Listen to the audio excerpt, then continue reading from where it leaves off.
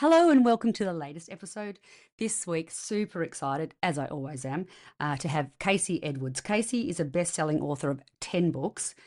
The two books that I was really interested to talk about are Raising Girls Who Like Themselves and Bringing Up Boys Who Like Themselves. We had a really great, authentic conversation about the books, but also her journey of how she wanted to create these books. She has two daughters herself. They're in early teens. Her and her husbands are researchers and authors and wanted to really, over the years, understand how to parent the best they could for their girls in the world that we live in today.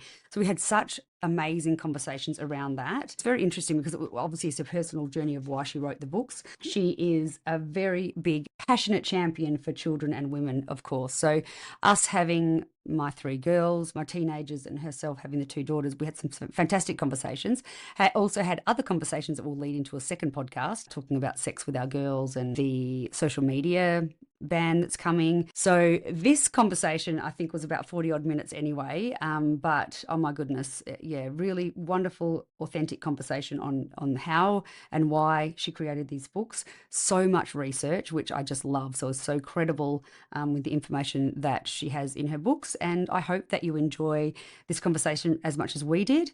Everything will be in the show notes as normal in regards to how you can connect with her and where to purchase her books. Good morning, Kasey. Welcome to today's podcast. Hi, Donna. It's so nice to talk to you. Oh, I'm very excited. So much to talk about. I was saying we might need to do part 1 and 2 because there'll be so much to talk about. What I love to start off with the guests when they come in is for you to, if I had just met you at a coffee shop and I said, what do you do? What do you do for life? Explain your passion and purpose in life around what we're going to talk about today. Okay, so I am a researcher and a writer, and I'm also a parent. Oh, And so I'm the parent of two girls. yes. And so when my first daughter, Violet, was born, and so that was way back in 2009. So my husband is also a researcher and writer, Dr. Christopher Smith. Wow. And we brought this precious little bundle home from the hospital. Mm-hmm. Had, like so many parents, we had no idea how to be the parent that we felt that our daughter deserved. Mm-hmm. And for me, what weighed on me the most was what I wanted for my daughter more than anything else was I wanted her to grow up liking herself more than I did when I was growing up. Yeah. And I didn't know how to do that because I figured if I parented her the way I was parented, would get the same result as an adult woman having ticked all the boxes, done all the things I was supposed to do, and still feel like I wasn't enough. Yeah. So that became Chris's and my personal project. We spent 10 years for us, really, just to research what is it that we need to do as parents to raise our daughter to like herself. And because we're researchers and writers, we could ring up the world's leading experts and ask them. But also, we're busy, right? We both work. We have no family support. We're on our own. So everything we needed to be able to actually do it. And we created a framework for our own parenting. And then one time I was at a party, it was one of those bounce parties where the kids were jumping all around us. As we all went to. We were talking to one of our friends, another mum, and she said, I don't have time to read all of that. Will you just tell me what I have to do? And so that's what we did. We wrote a book called Raising Girls Who Like Themselves. Wow. It is all evidence-based. There's no I reckons in it. And it's all doable. We've done it all in our own complicated, imperfect family. And the idea is that there is 7 pillars that a girl needs to like herself. Oh, please, let us know. And because we don't know what the future is going to hold for our girls. And our boys, right? It's changing so fast. So we need to build a strong enough foundation so that they can weather the storms of life, but also so they can soar and reach their potential. And so that's where we came from that book. And then as soon as Raising Girls came out, that same day, people said, well, what about boys? Shouldn't boys be able to like themselves too? And it's like, yes, deliberately excluding boys. It was just that we had a daughter. Yeah. That's when we started researching raising boys. And because we don't have boys, we've got 2 girls. We surveyed 15,000 boy parents to get their biggest concerns about raising boys. And Oh we my did goodness. same thing. We went out to the experts, read all the research, and then put together a framework for raising boys who like That's themselves amazing. too. That's amazing. We have booked this interview, a little chat, quite quickly, so I haven't been able to get the books yet, but I will be getting the books and I will be talking about it because it's just, especially in this day and age, like you said, it's rapidly changing. But what I say to people too is, yes, it's rapidly changing, but us humans are not. Mhm. We're not changing. Like we're still girls, we're still boys. It's the same, conscious parenting, awareness of the traditional pattern. Yes, there's so many things we could talk about, but it doesn't change really. Us humans, do they? Yes, and I found that myself because when Mm, I was researching raising girls who like themselves, what I needed to do for my daughter in mm, this day and age, I then was able to apply it to myself. And yeah. now, as an adult woman, finally, I like myself so much Oh, more because of these yay! strategies. I'm And so glad. what my publisher found is that a lot of people buying Raising Girls Who Like Themselves are adult women buying Yep. it for themselves because Yep. what it's doing is highlighting why we don't like ourselves. It's not Oh, that there's something wrong with us. The no. way we were raised actually taught us to be insecure. I know. And that's conscious parenting all wrapped into one. Because when conscious parenting is quite a new term, I don't know if you've even heard about it. Yes. But you have, yeah, I'm sure you would have. I mean, I shouldn't have said that. Of course you have, with all your researching. Dr. Shafali, who I trained with, is coming to Australia next year, so I'm so excited about that. But this is exactly what conscious parenting is. It's being aware of your generational patterns, the generational trauma, big T's, little T's, and not to blame. It's not to blame our parents, it's to be aware.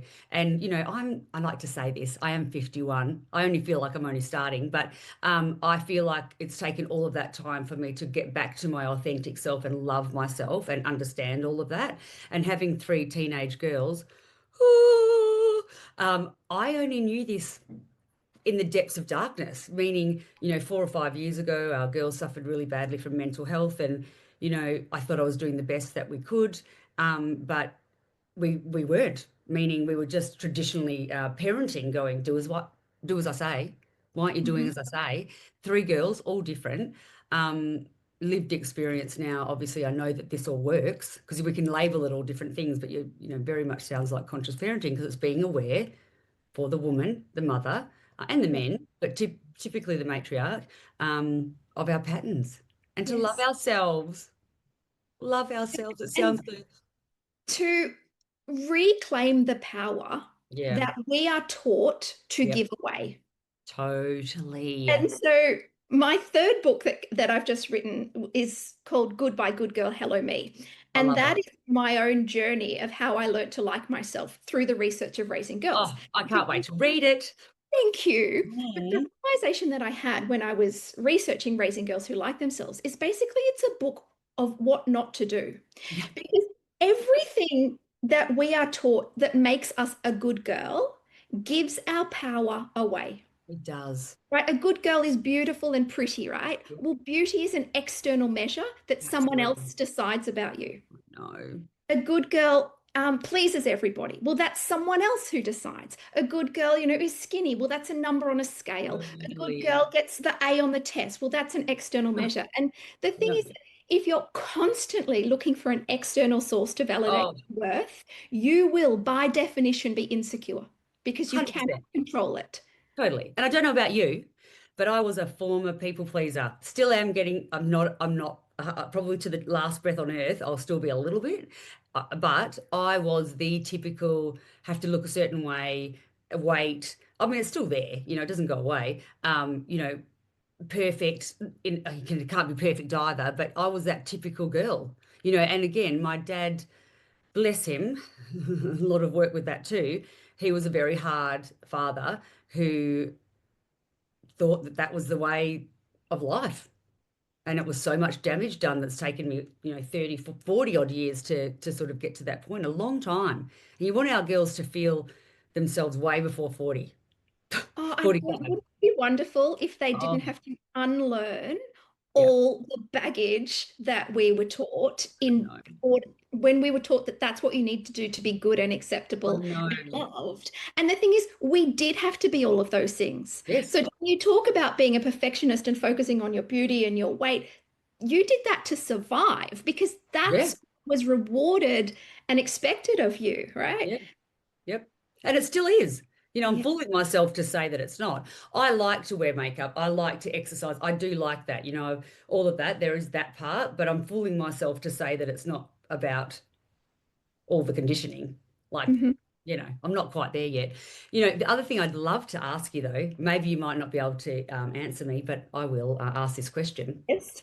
I don't know, it's a deep one. I've got the three girls, right? And so they're 20, 18, and 14. And I've talked about this a little bit. I always have to be very careful because respectful for my daughters. But they're all very different personalities. Yeah. So Yep. one, I'm not going to name names. One just came out really compliant, right? Really Yeah. easy going, didn't argue. I thought it was our parenting, and she's still like that, right? The middle one did not, came out a bit like that. And Yeah. I'm raising two middle fingers, by the way.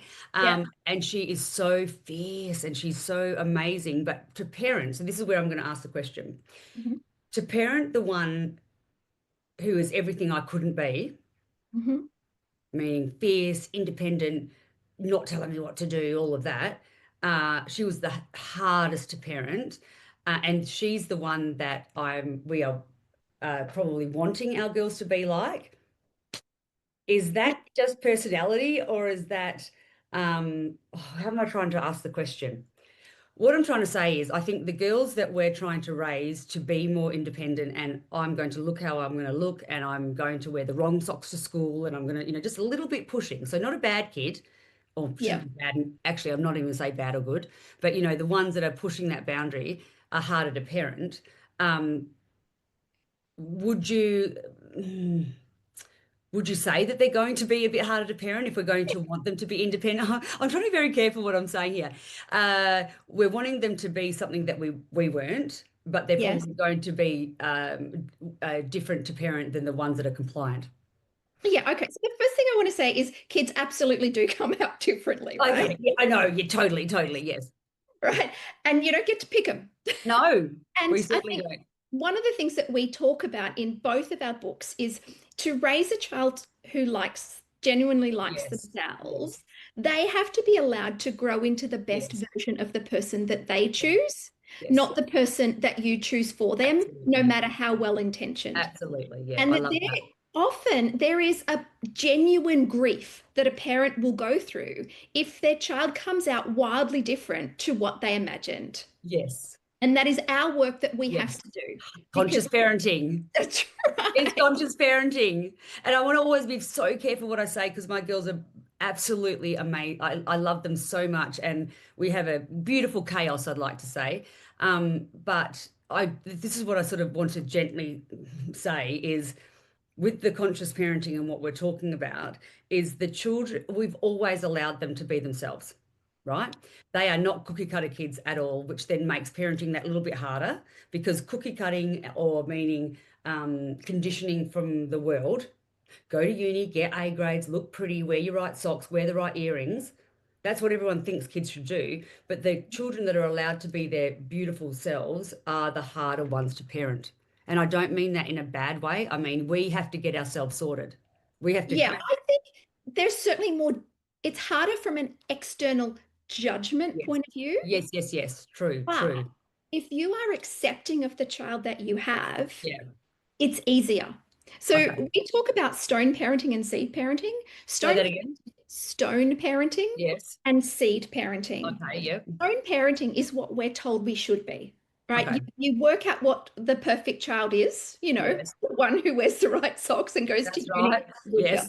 Yes. And you get out your chisel and you chisel them away and you force them into that. And you think that Yeah. once you're that, then you'll Yeah. have a good life. Then I you'll know. feel good It's enough, right? true. It's so true. And that is a disaster for the child because I they know. can never be that. I But know. it's also such a disaster for family harmony because Yeah. you're constantly fighting to create your Yeah. child to be something that they're not. You are so right. Whereas if we talk about seed parenting, and this is your child, it's a beautiful, unique seed, I love and that. you don't know how it's going to grow or Yeah. bloom and or when. And that Yeah. is not our job. Love That's that. not up to us to decide. That's their Yeah. job. I love Our that. job is to provide the safe, nurturing, enriching environment Perfect. Yeah. and to just step back. And once we take the pressure off ourselves that our child must go to uni or our child must get A's or our child must be whatever, and we say, my job is to help my child grow, Yeah. bloom, then you reduce conflict in the family Oh, immediately. immediately. Parenting suddenly just becomes more fun. Yep. And you realize that you don't have to turn your sunflower into a rose. Your No. job is to water your sunflower. Yeah, that's so, I love that. I've never heard that explained that way, and I love it because Oh, that's what we've had to do. So we again I've shared my journey a bit with my audience, but it was really traumatic for us because it all sort of went a certain way, and it was okay. We had a nice family, and everything was going well until hormones. yeah. Hormones and then personality and a clashing, and then we were doing the stone parenting because Yes. we thought they were going to private school. It was external, everyone else telling us, and it's been tough and quite lonely as parents actually, and that's why I've been certified in the conscious parenting because I want to teach it. How you've just explained it. It sounds so simple. Let things go. They're going to be okay. When you've got a beautiful family and a family unit, whatever that might look like, because there's such diversity with that, and children are loved and Mhm. allowed to be themselves, nurtured, beautiful environment. They, even if they go off kilter a little bit, get some weeds in their garden, they will come back to the morals and values of your family. That's what we've found is that we've had to do the whole full circle and not go back to that stone parenting. Yeah. And I was saying to someone yesterday with one of the girls, not naming names, it was really tough time because we had to change for her and we love her so much. And one time after quite a big distressing argument, when I was getting better with being calm, I said to her, "You are everything that I could never be." And she went, "What do you mean?" I said, "You've got a voice, Yeah. standing up for yourself, and I'm really proud of you." And we had a really, really tough time. And in the old thinking, I was thinking, oh my gosh, she's going to be pregnant. She's going to be a serial killer. She's got, all the things we go to, drug dealer. I don't know. Stupid. Why would that happen? But it could do. She's going to uni. She's going to uni. If I had, and not that it even matters. Like it Yeah. doesn't matter. She's going to uni. I've said to you, you don't need to go to uni. But what I'm trying to say to my parents that are listening, it's not always going to be a nice little garden. It can have weeds and a bit messy, That's but right. just Mhm. stay calm, love your children, nurture them, and they will find themselves. And that's a beautiful, beautiful thing. Because what they want more than anything is what we all want, right? More than Yeah. anything, to Yes. be loved, seen, and accepted for who Yeah. we are in this moment. Yeah. We don't have to pass a test, lose weight, hang out with the popular kids, get accepted into the A team. We want to be enough right now. Yeah. And if you don't think your child is enough right now, they will know. I know. And it's so complicated. Oh, gosh, we could talk about everything, but because I'm a researcher, even though I'm not a researcher, I've just realized in my life that I'm a researcher. I want to fix things. I want to, understand things properly. And you would be in the same sort of position as us a little bit in regards to the age of your daughter, because she'd be 16, your eldest is Yeah, 16. that's right. She's 16. Yeah. So, I don't know about you, but so we've got 20, 18, and 14. I feel like it's been quite hellish because we were like the guinea pigs of the social media, meaning it just started coming out with a 20-year-old. It kind of destroyed our 18-year-old, and we didn't know what to do. We were doing all the things at the time, like family zone, all these things to try and protect her, but you can't protect them with social Yep. media. So we had a very difficult time parenting because of external social media stuff. Did you have that, or were you able to sort of control that situation with external social media and stuff like that? Or, yeah, what I'm trying to get to is what I'm very excited about is on the 10th of December that the bills being passed that no children under 16 will have social media, which I think is going to be life changing. What's your thoughts about all of that? So I'm not a fan of the ban. No, you're not a fan of the ban. Not Oh, a fan of the ban. I And love if these you actually look conversations. at the people who spoke before the legislation was rushed through Mm. Parliament, most of the experts in the field are not a fan of the ban. Oh my God, I love Yeah. these conversations. Yeah. Please tell me more. Do you know why? Again, sorry to interrupt because can't wait to hear. It really destroyed our family at a time when I was a mother who I felt was really on top of it. So I think it's my own personal Yeah. journey of it.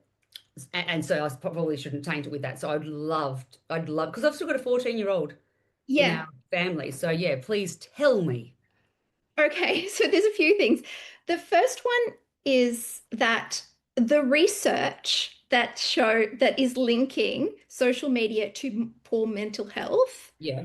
is laughably weak. So Meaning?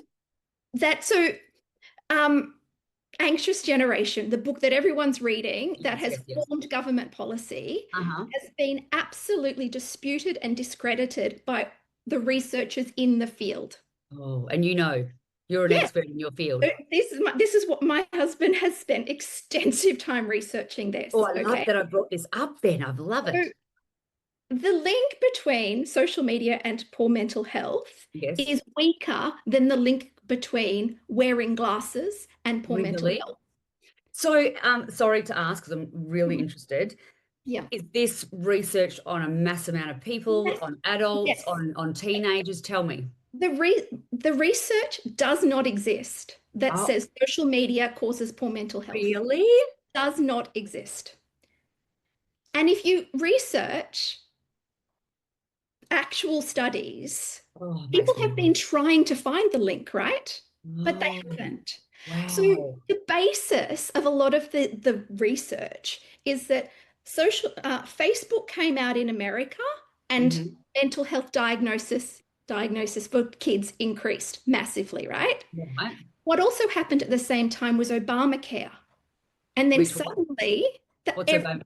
Obamacare was when people who couldn't afford private health insurance suddenly got health insurance, and suddenly Oh, their kids could go and see a doctor. oh, interesting.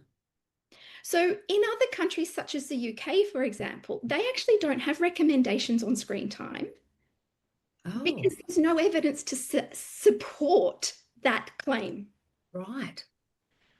So, I Interesting. think what What's has your, so take away the research Yeah, brain. okay. 'Cause, But yeah, I do want to make one point on the yeah, research. If you actually look at what is really indisputably yeah. causing poor mental health in kids, Mhm. it is poverty, it's Okay. domestic violence, and something close to your heart, it's lack of sleep, right? Yes. Poverty and domestic violence are really big problems that we can't seem to bring ourselves to solve. Mm, So when we blame screens, it's easy, that's it's crazy. discreet, it's mum's fault. Yeah. Mum lets the kids go on Oh, screens, see, right? that's where it upsets me, I think, because I was so vigilant and it ended up being something that was pretty tough. It was, well, it ended up being the biggest reason why we argued. So that's why I blamed it in my house, Yeah. Yeah, Okay, right. that's Okay. aside from the research. Yes. My concern about the social media ban is you don't give kids keys to a car at 18 and say, go and drive. Yeah. You teach them Totally. safely how to use it. 100%. 100. Is there an in between we could do though? Yeah, absolutely. It is Yeah. such an opportunity. Yeah. What we should have done, and instead of just saying, oh, we won't let kids on it, we as a society, as governments around the world, should have come together and said, well, let's make it safer for kids. Yeah, right. Because what's going to Totally. happen, it's just as toxic. And first of all, it's not all bad. There's some very good things that come from social 100%, media. 100%. And when we were going through everything, when it was really traumatic, I did the research, and it was very minimal research back then of people sort of in this field saying, don't be that frightened of it. Meaning, like what they explained it like. Remember when TVs came out back in the day? I don't know if I was alive. Everyone's like, oh, it's going to rot your brain and all of that sort of stuff. So they were sort of saying we have Powerful to. out, it was going to destroy our brains, right? Exactly So right. this, and Exactly. I'm glad you mentioned that because I Yeah. think that in years to come, we will look back and this Yes. will be an example of the Of it. moral pearl Yeah. clutching. That's right. Yeah. But Yeah. think about your daughter who had a really rough time on social media. Mhm. Aren't you glad that she was at an age where you could have helped her? Absolutely. So imagine if the first time she gets on social media, she's too old for you to help her. She's too old for a school to get involved. Yeah. And she's Woo. old enough to have a criminal record. Mhm.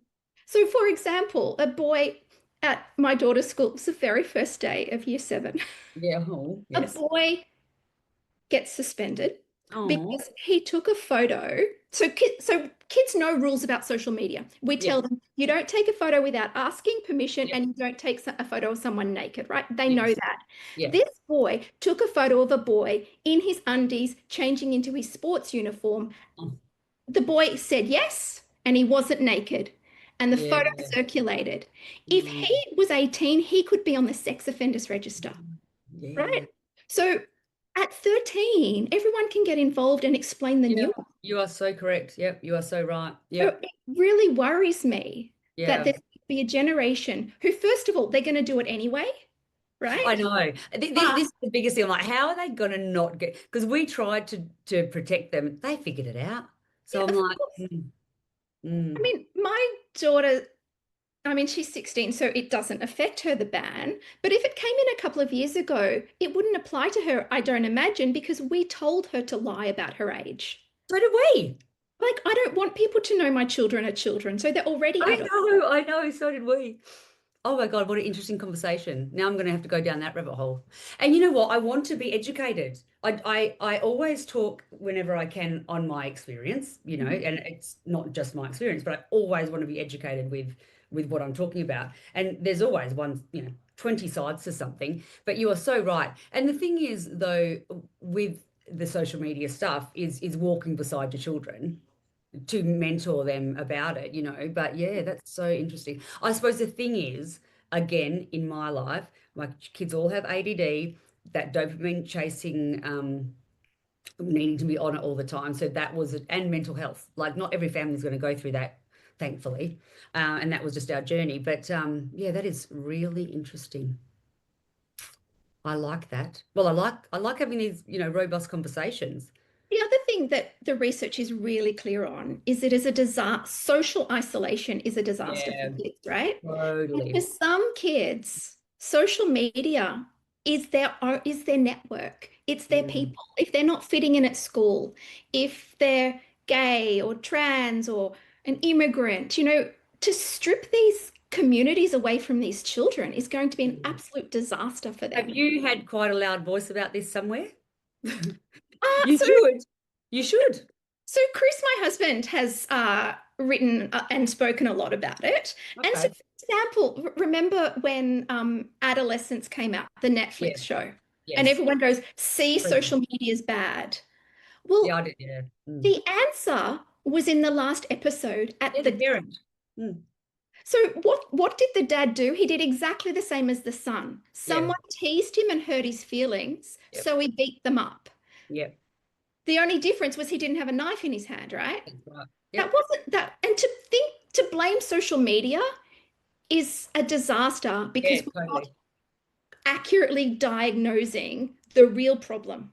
100%. And the thing is, when I watched Adolescence, I didn't take it about social media. Like, I know that sounds ridiculous because it was very much focused on that, but I absolutely thought about the parenting.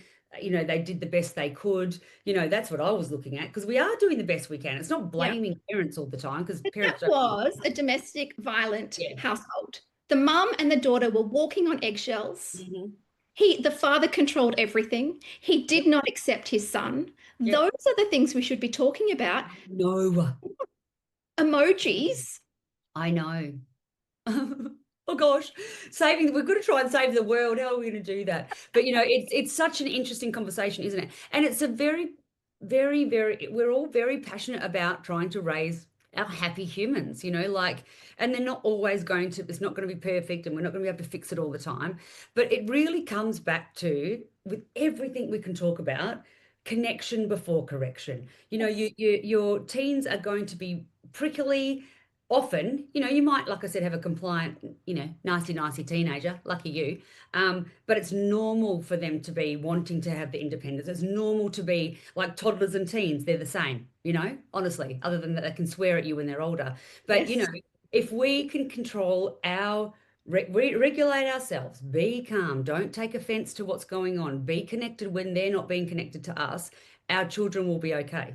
What's happening and still happening, and I think it's even worse in where I am. I'm in Perth and kids go to a private school, not having a go at anyone, no judgment. Very, very focused on A's, going to uni. Oh, they're going to uni. They got early offer. Like, oh, that's great. Like, and they're not allowed to do this and they're not allowed to do that. And I'm thinking, oh my gosh, I hope the kids are going to be okay. But it's still very, very prevalent of parents, if not worse, having high expectations from their children. I High. know. What is the expectation? The expectation is on achievement, Yep. not on learning. Yeah. It's not about fostering curiosity, working out who you are as a person, what you love, being able to fail, make mistakes and take risks and fail safely. It's about Totally. getting a number It that's going is. to appear in an email Yep. sometime down the track that Totally. defines you for about 3 minutes. Totally. Like when they go to uni, do they go, what did you get on English? Did you, like it's just, and you know what I've started to do? It's been a 4 or 5 year um, transformation. I'm still in transformation of going from traditional parenting to the conscious aware on ourselves, because conscious parenting is not about the children at all. What you're talking about, it's not about the child at all. But yeah, it's hard. Look, I don't even know. There's so many things to talk about, but it's like the thing is, I don't want to have a go at people that might listen to this and think, oh gosh, like I'm a high achieving person. I'm trying to get my child to do this. It's not having a go at those parents either. It's just being aware, how aware of your children, and the world that we live in is not the same as when we grew up, and the pressures are actually way harder on them Mhm. than what we had. I mean, I grew up in the country riding horses, so it was like, you You know what? Something that has changed and parents don't understand is that almost anyone can go to uni now. I So know. when we went through, it Yeah, was exclusive. was. Like now we have so much focus Yeah, on an ATAR, on a score to get into I uni, know. when unis take everyone. I know.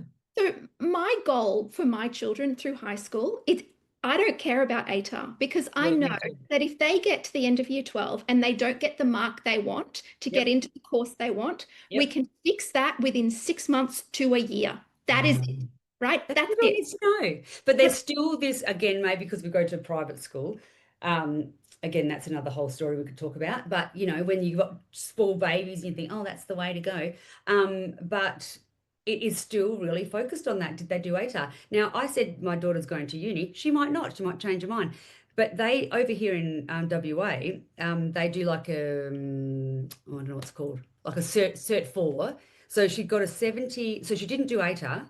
She had to Mhm. get like an A in English. Again, we didn't mind, whatever. Um, and she gets into uni, so she didn't do ATAR. So all the kids that are doing ATAR are highly stressed for like 2 years. They haven't even done their ATAR yet. And look, if you want to be a doctor or physio, maybe.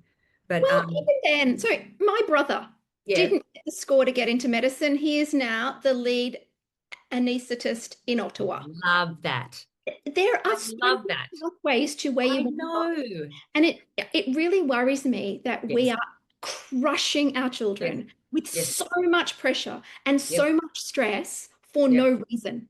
totally. So It's so true. our goal is get our kids to the end of high school Yep, knowing who they are, yep.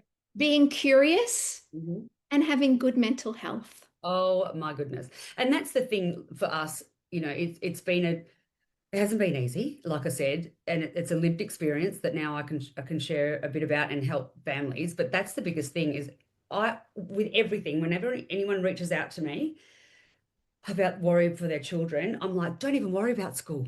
And they go, what? I went, no, don't even worry about school, because I didn't know that. I was like, oh my gosh, we've got to get to the school, and oh my gosh. But I just go, if you need to get their mental health okay, and everyone, you can hear them just have a breath nearly, because if in reflection, when our girls had those tough times, they couldn't go to school. They Yeah. could not go to school. Now both are in uni, or one's in uni. Again, I don't care. I don't care if they drop out.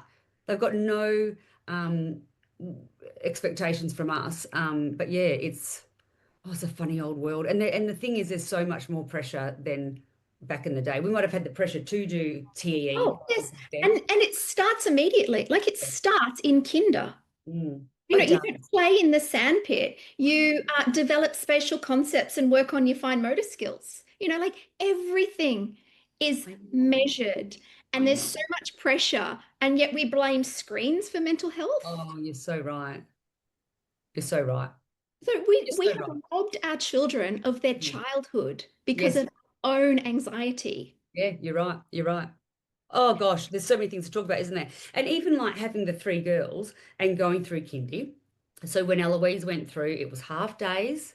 Um, and then in pre-primary, they get to nap still. And then so the second child was a little bit more. And then by the third child, there was no napping. There's full days. These kids, and I work in a space with sleep. Very important. That's another big topic of Very, mine. And I very just talk about, important. because I work with up to 10-year-old kiddos, it helps with their school anxiety or anything. Everything, everything. Everything. And And I, that is in our books. If there is any problem going on in your child's life, good. friendships, Yep. academic problems, Mhm. emotional regulation, Yes, sleep is the first place to look. it is. And I will shout that from the rooftops. But yeah, like kids are being misdiagnosed with ADD and stuff like that, and it's sleep. They Like just the need things that exactly. when I work with the bigger kids and they're aggressive and whatever, and people, and I used to be frightened of that stuff, and I'm like, it's very age appropriate. How's their sleep? And then once their sleep sorted, it Mhm. goes. Yep. I'm like, oh my gosh. I Oh, know. anyway, I we could. wish, imagine if as a nation we were talking about that I rather know. than screens that Oh my does God. not have the evidence to I support it. know. It's so true. And you know what? Something came up yesterday, and I thought, why didn't they just do that? Facebook gave me an invite to like a teenage Facebook, Ah, yes, and I've I'm seen like, that. why didn't Yep. they do that? Well, why didn't they just do that? Like child's Instagram or child, because what I've done over the years is I still not the older kids, but my 14-year-old, that they don't have it at night time, all that sort of stuff. But I've been much more lenient on the third. She's much happier, much more in anyway. But what I did when she was starting out, and I still do, have a code. So she knows I could look whenever. I don't really look, but I will maybe once a week. But at night I used to just change, look at that, look what she's looking at. And then I used to change the algorithm to like funny cats or funny dogs, but she's so far, she's, 14. I've not, I mean, I'm sure she's seen bad things. I'm not saying that, but it really is age appropriate stuff like hair, makeup, friends, funny things, it's just as a parent doing the best you can to be aware and walking beside them, really. That's right. And you also want to be the first person your child comes to if they are in 100% trouble on screen connection. and not the Yeah, last, which is why 100%. we say to parents, don't use taking away screens as a punishment And because that's then what we did. We did that with our child. Well, you encourage them to lie to you and then you will Well, it be the was last terrible. they come It to. was yeah, she's our biggest mirror. She's how we've learned. So proud of her because she's just finished year 12. Oh, I've just given away who it is, but I'm so proud of her. But, we did that. We used this taking the screen away as punishment, thinking that was the right thing, but it just made everything unravel. But we could have done it very differently because, but a very good conversation. I like it. You need to write a book about that. You need to research it and write a book about that. Do have parts of that in our book, and we Oh, talk do about you? the foundation of this is the difference between punishment and discipline, Oh right? no, it's so different. Punishment, like taking away a screen, is punishment. Sure. Punishment is deliberately inflicting Yep. emotional or physical harm on your child, hoping that they'll make a different choice next time. They And don't. we know that does not work. It does Because not work. the kids, the parents who punish the most are always punishing the most, right? Yeah, What we need to think of it as discipline. sure. We are on the same team as our child Yeah. and we are helping them learn. to 100%. make a different choice next time. It 100%. takes time for kids to learn. It takes time for us to learn. Making one mistake next time doesn't mean discipline doesn't work, No, right? that's exactly right. It's a muscle you've got to build. And the way that I explain it, because it's all, like I said, we're sort of talking the same talk, is when you've got your little kids. So, because people go, oh, what's conscious parenting? And I'm like, oh my God, it's not permissive. There's discipline, there's boundaries, but it's about us. But I said, when you've got your little ones and you might have the alphabet on the wall at dinner, A, B, C, D, E, F, G, and it takes them forever to learn the alphabet, but it's there and we're singing it and then they get it. So the conscious aware parenting is that we model, we Yeah. teach them, we support them. There's discipline, but there's positive discipline. There's boundaries, there's rules. But it works like the way I always explain it. You can always remember, a coach or a teacher that was really nasty and mean, and you were frightened and you were frightened, but you learned, but it wasn't pleasant. You didn't really want to go to school. You didn't want to go to the game because they yelled and screamed at you. That is that kind of parenting. Conscious parenting is the teacher or the coach who is firm, Yeah. kind, pushes you, loving and nurturing. That's the difference. You're going to want to do it for them, aren't you? You're going to want to do your best for that coach or that teacher. That's all it is. It's not that hard. It's just repetition. And sometimes you're going to lose it. Sometimes you're going to be upset. You repair. Yeah, But of it's course. like takes time. And people Yeah, just but it's such an and we important point. That doesn't mean permissive parenting, no, because permissive parenting is just as bad for mental it health. is. It is. Then they're crazy. Authoritarian parenting, right? Yeah, Yeah. absolutely. Like, yeah, exactly. Like, Oh I my think gosh. it's worse for mental Yeah, health. yeah, totally. Oh, and According it to the is. data. Yeah, totally. And the thing is, we're all, what I always want to come back to is we're all trying to do our best. And the thing is, I share my stories. I never used to be able to be this vulnerable, but everything we've been through and where I'm at now, I'm not bothered what people think or say. I'm really, authentic person, and this stuff's worked. And I want to really help young parents to get through these tough times, because it's not all going to be picture perfect white picket fences. It's just not. Yeah. Sometimes you might get it, but that's not the real world, is it? Is it? Yeah, It's and just not. fortunately, our kids don't need perfect parents. In fact, it's No, and them we're not to not. them, because they Totally. need to see their parents apologize. And that's something Yeah. that we talk a lot about in the boys' book, is that many boys have never seen a man apologize. Yeah, right. Yeah, that it's just not modeled to them, because that generation of dads and uncles and male teachers, Totally. they weren't allowed to show the No, vulnerability of admitting that they'd made a mistake. totally. And Oh. that is an absolute disaster. So we talk about boys falling behind, right, in Mhm. school. Mhm. And we like to blame, for some bizarre reason, we blame girls for that, right? But instead Really? of doing that, we should be looking at what are we doing right with girls that we're not doing right, we're getting wrong with boys. And one Yeah. of the things is emotional bravery. So Okay. one of the reasons boys are not reaching their potential is that they cannot tolerate the discomfort that is required to meet their potential. Because Yeah. in order to reach your potential, you have to be able to deal with negative feedback. You Right. have to be able to admit that you've made a mistake so you can Mm. try again next time. And because these boys, they never see men fail. And what they do is they opt out. And so people say, oh, my son's so lazy. There is no such Mm. thing as a male laziness gene. It's boys who are afraid of the discomfort of failing. Yeah. That's very interesting. Oh my goodness. So, Well, Dad, listening to this, let your yes. son see you apologize. Yeah. Because Yeah. the other thing is that we are denying these boys the opportunity of having meaningful relationships with people, Yeah. because you cannot have a meaningful, a true intimate relationship with someone if you cannot own the impact of your behavior. 100%. Absolutely. And living in the world that I have, because being the age that I am, that's typically what men have been. Yeah. My beautiful husband that we're still married, I laugh about that because marriage is not easy either. He's had three girls. He's had to really, really grow with that. And he has. He has. And he's sorry. And, so many, I'm so proud of him. But it would be very hard for a lot of men. Oh, To be honest. absolutely. And it's not their fault. They were raised It's not that their way. fault. So It's not their fault. when a man cannot tolerate the discomfort of his own emotions, Mm. he either avoids feeling it, so he Yep. opts out and just doesn't do things. Yep. That is the failure to thrive that we're seeing in boys, the Mhm. boys who don't leave home, the failing to launch. Mhm. And then or they offload their feelings onto someone else.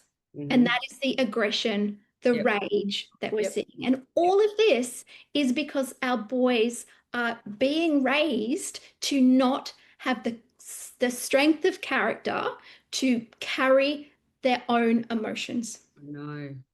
Poor little boys. I know it's Poor little terrible because boys. It is. which is why for generations we've had the saying, don't tell your father, right? Yeah. The reason we don't tell your father is because your father can't handle his emotions. It's true.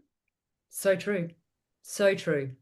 Oh my goodness. Well, I have loved this conversation. Like I said, I'm definitely have to get you on for part two.